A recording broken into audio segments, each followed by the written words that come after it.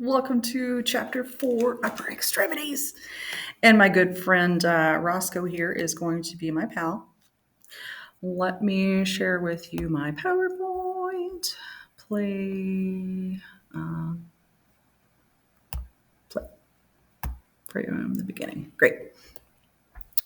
So here are the bones of the finger.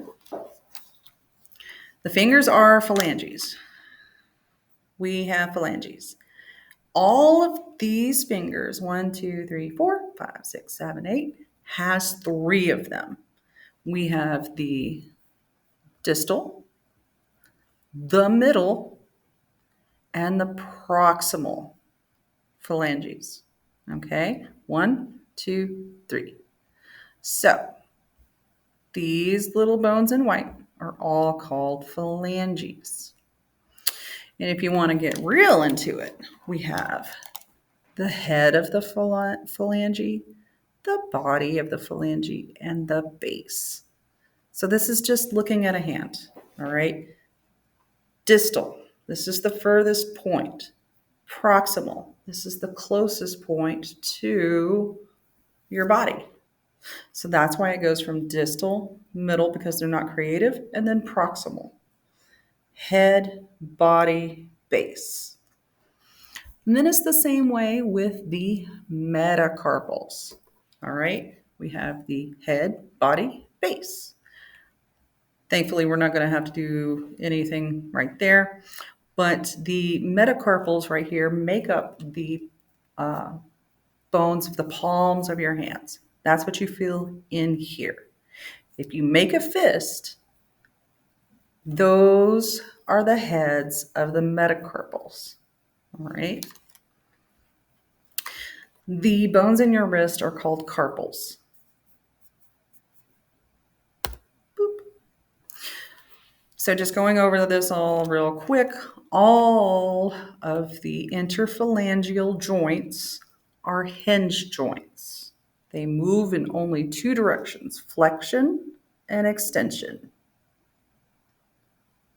Interphalangeal joints are glingimus or hinge type. I just remember that because that G word has a G in it, and so does hinge. So let's go over the joints, looking at this finger right here. Boop. This joint is the distal interphalangeal joint. So moving down, we have the proximal interphalangeal joint. Then moving down to the knuckle joints are the metacarpal phalangeal joints. Moving down to the carpometacarpal joints are where the bones of the palm of the wrist and the carpals meet. All right. So I know it seems rather overwhelming, but the name tells you where it is. Where it is tells you the name. This is distal. Okay. This was the proximal going this way. So this is the distal interphalangeal joint. This is the proximal interphalangeal joint. This bone and this bone meet and make the metacarpal phalangeal joint. Nowhere are you going to have metacarpal phalangeal joints except 2, 3, 4, 5, period, because they're called that. And number 1. But this little guy, he only has 2 interphalangeal joints. So, he only has the interphalangeal joint and the MCP joint.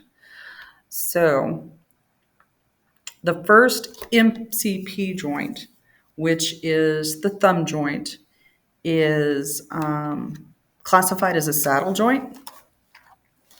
And the MCP joints, which are the heads of these, are classified as ellipsoidal because they can move in all 4 directions. So this is a test yourself, label the joints. And you very well could find questions like this. So looking at this is the distal portion of your hand. These are the distal phalanges. These are the middle phalanges and the proximal phalanges. These are the metacarpals and these are the carpals. So here's the joints: the distal interphalangeal joint, the proximal interphalangeal joint, and the carpal metacarpal joint. Down here we have the metacarpal carpal joint. Did I say that right? I hope so. Yes, I did. Making sure this is the metacarpal phalangeal joint. And then down here we have the carpal metacarpal joint. And so a lot of these are just abbreviated: DIP, PIP, MCP, CMC. All right. So be aware, for radiographic purposes, a thumb must incorporate all bones to the wrist. However, a finger does not. All right. A finger is just these three bones, but the thumb, because it is missing one of the interphalangeal bones, its joint all the way down to the trapezium needs to be seen. And that's actually it. We will go over that in class too.